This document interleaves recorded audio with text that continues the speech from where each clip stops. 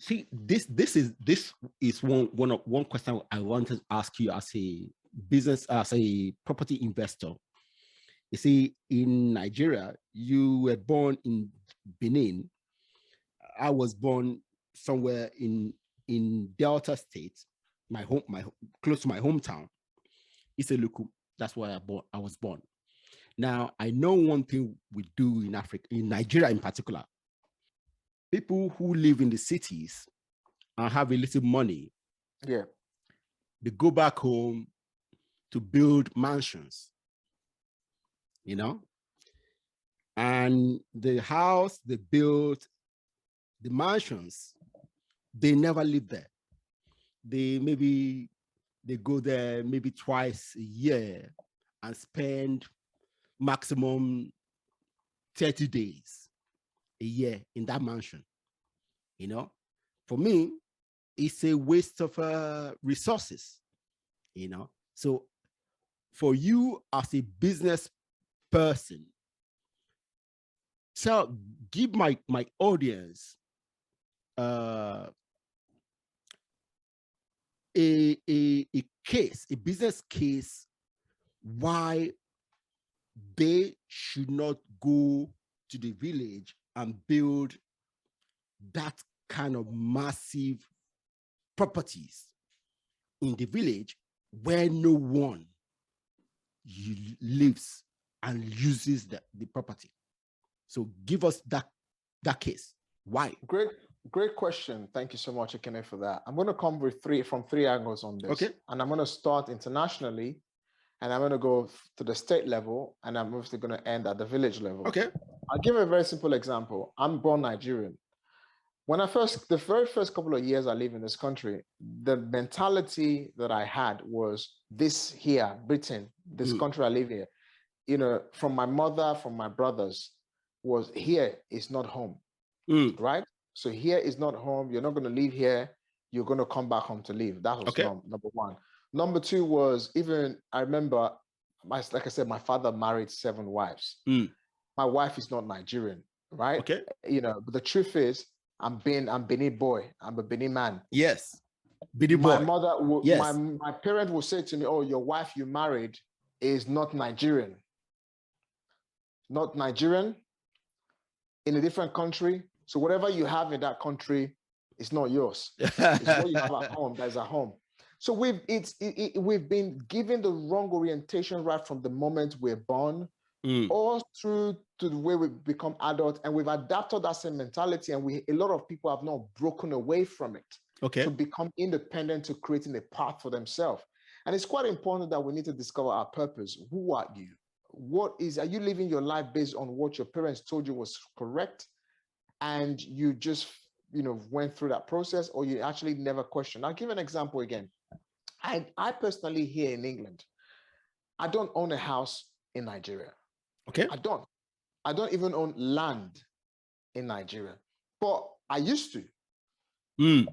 I used to. I once upon a time owned a land in Nigeria. I once upon a time owned properties. But when I started talking to mentors, you asked me the question, where did I actually, reorientate myself and begin my trajectory? Now, in this particular case, I'm trying to say now, when I started using mentors, the land I had, I sold. Yeah. The house I had bought, I sold. And the money I had, I brought back here. All right. Whether the exchange rate swallowed it up or not, but whether it was 10,000 pounds or 5,000 pounds, I brought it back. At that time, exchange rate was less than 400 naira to a pound. Today, the pound is handy for 1,000. Yeah. So if I had done it today, I would have lost even all of the money. Yeah. But I did it quite quicker. Now, when we come into a foreign country, there's this thing of you can't settle in that country, especially those, I can understand why those who stay in a non-English speaking country do it. But if you stay in a non-speaking English country, you want to get yourself into a speaking English country as soon as possible, so it feels like home.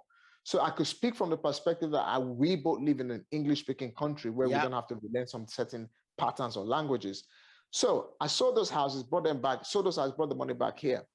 Now, in 2017, when I started building my property business, I instantly discovered that I was learning some great skills. 2018, I told my wife we will start acquiring our asset in 2019. Before 2017, we bought our house that we lived in. We got married in 2006. We lived there. The property had appreciated to almost £430,000. By 2019, myself and my wife, we moved out of an owned house in England into a rented property. Okay. We refinanced that property, all right, after adding value to it. And that property put £300,000 in my bank account. Yeah. Today, from a £400,000 property empire to a property portfolio of over 7 million. And yet, I don't own a house that I live in. Yeah. Neither do I own a house or land in Edo State where I'm originally from.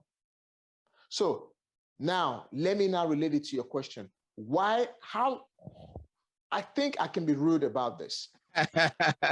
Yes, permit me to. And the reason why I want you to permit me to, because I want to give Go a ahead, message. brother. I want the message to be strong. How foolish would it be that we have been taught to own where we live first before building wealth? Liability against assets. Liability is something that takes money out of your pocket. Yep. Asset is something that puts money in your pocket. Yep. Good debt against bad debt. How come we've been told to lavish so much millions in doing a wedding ceremony, borrow so much money, so much debt to do a wedding ceremony, and you don't have an asset that puts money back in your pocket? Yep. Yes, it's good to celebrate parties and birthdays. Somebody who is broke should not celebrate his birthday. Right? And now, let's relate it back. Why would you go and you see somebody work so hard in the UK? Because they have the wrong message, because they have the wrong learning. They've taken £20,000 of the investment they have here in the UK, and they've gone to buy land in the village, build a nice bungalow, they lock it up, nobody lives in there, nobody gives them money. And even if that property gives them money once in a while, the property gives them less than £100 a month. And you've taken 50, 70, 100,000 pounds to build a house in a place where you're getting £100 a month. I'll give you an example. Once upon a time, I have a cousin who he lived in Japan. He built a massive estate in Edo State. Now, the estate, when I sat down with him and I did a strategy session with him, he spent over $500,000. His entire life work for over 30 years in Nigeria, built a massive estate. The estate he's built is over 17 flats or 17 blocks of flats somewhere in Edo State. And he makes round about less than 4 million naira a month, a year, sorry. About 4 million, because each of the flat rents for about 200,000 naira a year. In the end, he makes less than 4 million naira or so, less than 3 million naira at the end of the year. So he collects rent for 4 million naira, but he invested £500,000. Yeah. If you invested £500,000 in real estate in the UK, not only will you have access to liquidity, you have access to leverage, you have access to rental recurring passive income, and then you have access to capital appreciation. Leverage meaning that you can refinance, you can repurpose, you can recycle that money. In Nigeria, the bank doesn't loan you money except you know someone that is a bank manager and you have to pay them. So you can see how there's a lot of mispriorities and misengagement and misknowledge appropriation from us living abroad and taking the money back home to build properties in some certain place. But that is different for the guy who buys a house in Banana Island. Yeah, yeah. But that's different from the guy who bought a property on Bodilon. That's different from the guy who buys a property on Maitama. Yeah, or Surulere. Or Surulere. Yeah. But again, if you wanted to create real wealth, I think it's quite important. First of all, why would you go to all the way to Iseluku, the village?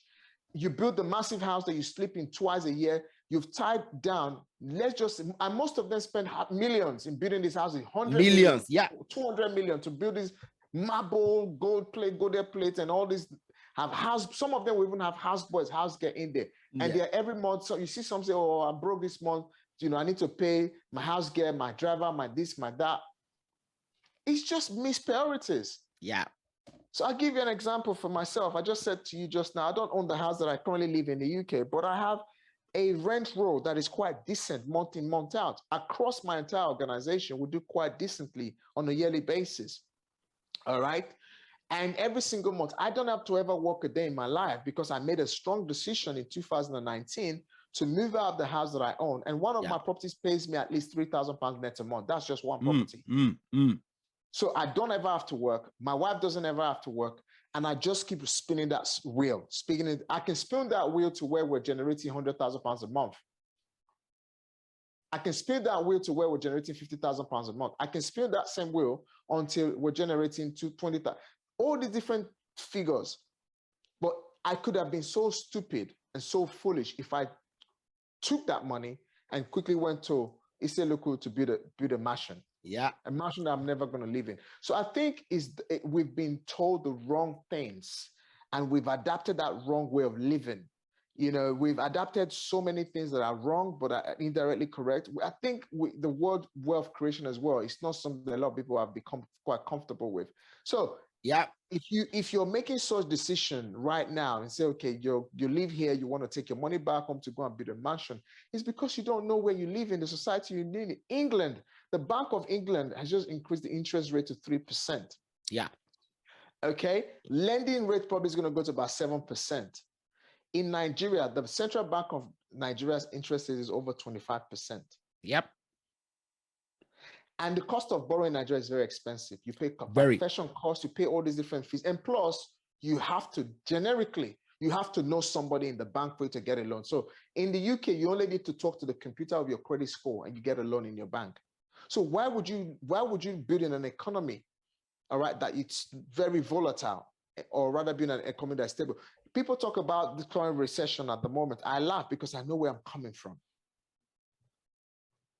In where I'm coming from, the cost of money is expensive. In England, regardless of the interest, the cost of money is still very cheap. But you just have to relatively, yes. Yeah.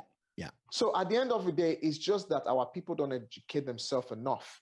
And that's why you see us taking all the money, all the hard work that all the hard money that we make here, and we take it back to Nigeria. Now, what am I doing here? I'm actually living my life like I live in Nigeria, like I would have lived in Nigeria. Yeah. So I'm building such a solid base where if I needed a driver here, God willing soon, I will be able to afford a driver. If I needed a house, at the moment, we already have, somebody who comes in to help us clean the house, iron the clothes, look after the house and stuff like that. So the economy is working for me here. So I don't need to move all that money back home.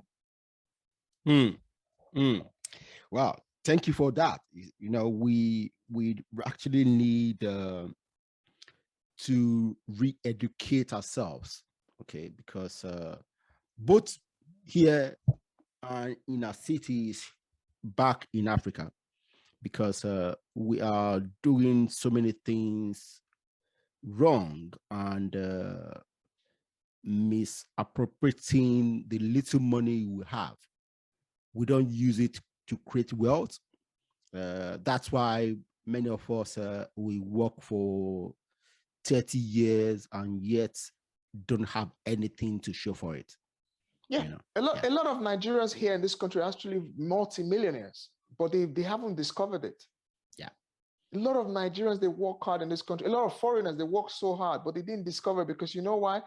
They make £5,000 a month, £3,000 a month. Some are nurses, some are doctors. They're making a lot of money, but because they're shipping that money back home to build that unfinished project, all right, that wouldn't make any money back. Yeah. Yes, they're shipping out that money back, right? They're shipping out that money back, buying the land, building the house from the scratch by themselves.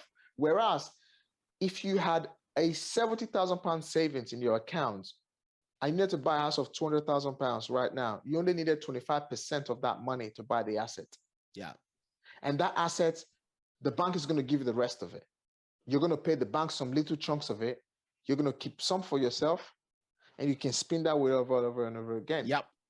One of the reasons why it's so easy for me to teach people how to become multimillionaires in property. So over the last 3 years alone, I showed people my processes, and I've created, just during the lockdown and now, I've created 3 property millionaires because I showed them some simple methodologies and process and blueprints of how to literally just re-rotate yourself, go from here to there, and you can do it. Yeah.